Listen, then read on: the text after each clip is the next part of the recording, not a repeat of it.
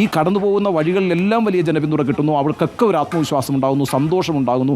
ഈ മഹാറാലി അവസാനിക്കുമ്പോൾ 100 കണക്കിന് വീടുകൾക്ക് ഫർണിച്ചർ കൊടുക്കുന്നൊരു പരിപാടി കൂടി നമ്മൾ ചെയ്യുന്നുണ്ട്. കേരള ഫർണിച്ചർ മാർട്ടിൻ്റെ നേതൃത്വത്തിലാണ് നടക്കുന്നത്. 23 ലോറികളിലായിട്ടാണ് ഇന്നിപ്പോൾ ചുരം കയറി ഈ ഫർണിച്ചറുകളെല്ലാം ഇങ്ങോട്ട് വന്നിരിക്കുന്നത്. അതുപോലെ ഓട്ടോ റിക്ഷകൾ കൊടുക്കുന്നുണ്ട്, ജീപ്പുകൾ കൊടുക്കുന്നുണ്ട്. അപ്പോൾ അത്തരത്തിലുള്ള സഹായ പ്രവർത്തനങ്ങൾ കൂടി നമ്മൾ മുന്നോട്ട് കൊണ്ടുപോയിക്കൊണ്ടിരിക്കുകയാണ്. അതായത് ഒരുപാട് ആളുകൾ, ഒരുപാട് സംഘടനകൾ റിപ്പോർട്ടർ TV എടുത്തിട്ടുള്ള ഈ ഇനിഷ്യേറ്റീവിന് പിന്തുണയുമായി വന്നു എന്നുള്ളതാണ് നമ്മുടെ വിജയം. റിപ്പോർട്ടർ TV മുതൽ മുടക്കി ചെയ്യുന്നൊരു കാര്യമല്ല, മറിച്ച് ഒട്ടേറെ സംഘടനകൾ മുന്നോട്ട് വരികയും അവർ സഹായഹസ്തം നീട്ടുകയും ആ സഹായം എത്തിക്കാനുള്ള, ജനങ്ങളിലേക്ക് യഥാർത്ഥ അവകാശങ്ങളിലേക്ക് എത്തിക്കാനുള്ള ഒരു ഏജൻസി ആയിട്ട് റിപ്പോർട്ടർ TV പ്രവർത്തിക്കുകയും ചെയ്തുകൊണ്ടിരിക്കുന്നു എന്നുള്ളതാണ്. അതായത് വാർത്താ റിപ്പോർട്ടിംഗ് മാത്രമല്ല, ആ റിപ്പോർട്ടുമായി ബന്ധപ്പെട്ടുണ്ടായ, ആ ദുരന്തവുമായി ബന്ധപ്പെട്ടുണ്ടായിട്ടുള്ള തുടർന്നുള്ള പ്രവർത്തനങ്ങൾക്ക്, ആ അതിജീവന പ്രക്രിയയ്ക്ക് എങ്ങനെ കൈത്താങ്ങാകാം എന്നുള്ള ഒരു ഒരു ഒരു ഇനിഷ്യേറ്റീവ് കൂടിയാണ് റിപ്പോർട്ടർ TV എടുത്തിരിക്കുന്നത്. എൻ്റെ കൂട്ടത്തിൽ ഇപ്പോൾ ബിന്ദു ഉണ്ട്. ബിന്ദു ഇവിടുത്തെ ഈ ഒരു ദുരന്തത്തിൻ്റെ പശ്ചാത്തലത്തിൽ ബിന്ദു കവിതയൊക്കെ എഴുതുന്ന ഒരാളാണ്.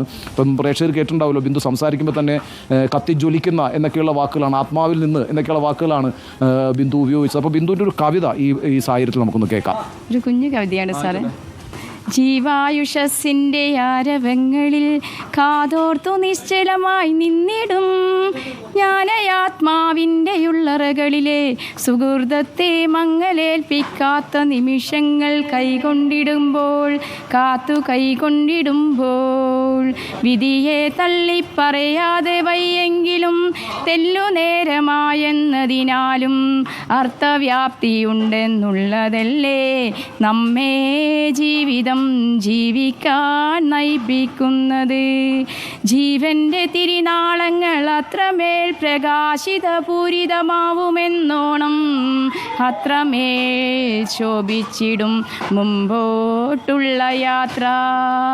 അറ്റമില്ലാത്ത ഈ യാത്ര കത്തിജ്വലിക്കുമ്പോൾ വീണ്ടുമാം ശതകോടി സുഗന്ധനാദങ്ങൾ പൂത്തുജ്വലിക്കുന്നതും അറിവിൻ്റെ വാതായനങ്ങൾ തുറക്കുന്നതും കാണാം. വലിയ പ്രതീക്ഷയുടെ ഒരു കവിതയാണ്. അതായത് ഈ ദുരന്തമൊക്കെ കണ്ടിട്ട് ഒരാൾക്കുണ്ടായിട്ടുള്ള പ്രതികരണം, ആ ഒരു മനോവിഷമമാണ് ഈ കവിതയിലെ വരികളിലൊക്കെ പ്രേക്ഷകർക്കും അത് അനുഭവിക്കാൻ കഴിഞ്ഞിട്ടുണ്ട് എന്ന് ഞാൻ വിചാരിക്കുന്നു. അപ്പോൾ ആ അർത്ഥത്തിൽ മനുഷ്യർ അവർക്ക് ചെയ്യാവുന്ന എല്ലാ കാര്യങ്ങളും ഇവിടെ വന്ന് ചെയ്യുന്നു എന്നുള്ളതാണ്. ഈ ജില്ലയിലെ ജനങ്ങൾ മാത്രമല്ല, ഞാനിവിടെ വന്ന് കാണുമ്പോൾ ഈ പറയുന്ന മഹാറാലിയിലേക്ക് ഇവിടുത്തെ കോഴിക്കോട് നിന്നും മലപ്പുറത്തു നിന്നും കണ്ണൂരിൽ നിന്നും ഒക്കെ ആളുകൾ പങ്കെടുക്കാൻ എത്തിയിട്ടുണ്ട്. അതായത് വയനാട്ടുകാരുടെ മാത്രം പ്രശ്നമായിട്ട് ഇതിനെ കാണുന്നില്ലെന്ന് മാത്രമല്ല, അവരെല്ലാവരും വളരെ പിന്തുണയുമായി സഹായഹസ്തവുമായി വയനാട്ടിലേക്ക് വന്നിരിക്കുന്നു എന്നുള്ളതാണ്. നമ്മൾ വളരെ പ്രധാനമായും നമുക്ക് അറിയാവുന്നൊരു കാര്യം എന്ന് വെച്ചാൽ വലിയ ഞെട്ടിക്കുന്നൊരു കണക്കാണ്. കേരളത്തിൻ്റെ ഈ ടൂറിസം വരുമാനത്തിൽ ഒരു വർഷം ഏതാണ്ട് 4000 കോടി രൂപയോളം സംഭാവന ചെയ്യുന്നത് ഈ ഒറ്റ ജില്ലയാണ്. ഈ ജില്ലയിൽ നിന്നാണ് 4000 കോടി രൂപ പ്രതിവർഷം വിനോദസഞ്ചാര മേഖലയ്ക്ക് ലഭിക്കുന്നതെങ്കിൽ ഇന്നിപ്പോൾ ഇവിടുത്തെ ഈ പറയുന്ന ഹോട്ടലും അതേപോലെ തന്നെ ഹോം സ്റ്റേകളും എല്ലാം അടച്ചു പൂട്ടിയിട്ടിരിക്കുകയാണ്. ഏതാണ്ട് ഞങ്ങൾ കടന്നു വരുന്ന ഈ മേപ്പാടിയിലേക്ക് വരുമ്പോൾ ഏതാണ്ട് ഒരു 19 ഹോം സ്റ്റേകൾ ഞങ്ങൾ കാണാനിടയായി. വണ്ടിയിൽ നിന്നാണ് കണ്ടത്. അതെല്ലാം പൂട്ടിയിട്ടിരിക്കുകയാണ്. ഏതാണ്ട് 1500ഓളം ഹോം സ്റ്റേകൾ ഈ പ്രദേശത്ത് തന്നെയുണ്ട്. അപ്പോൾ അവിടെയെല്ലാം പ്രതിസന്ധിയായിരിക്കുന്നു. അവിടുത്തെ ബുക്കിംഗ് കഴിഞ്ഞ അടുത്ത 3 മാസത്തേക്ക് ഉള്ള ബുക്കിങ്ങുകളാണ് ക്യാൻസൽ ആയിരിക്കുന്നത്.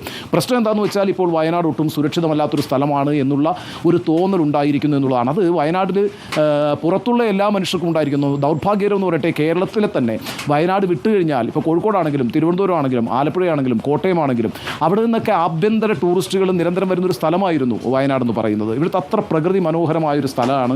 ഈ കാർഷിക സമ്പദ് വ്യവസ്ഥ വയനാടിൻ്റെ തകരാറിലായപ്പോഴും വയനാടിനെ നിലനിർത്തിയത് വിനോദസഞ്ചാരം എന്ന് പറയുന്ന മേഖലയായിരുന്നു. അതാണ് ഞാൻ നേരത്തെ സൂചിപ്പിച്ചത്. 4000 കോടി രൂപയുടെ വരുമാനമാണ് പ്രതിവർഷം ഈ മേഖല ഇവിടെ ഉണ്ടാക്കിക്കൊണ്ടിരുന്നത്.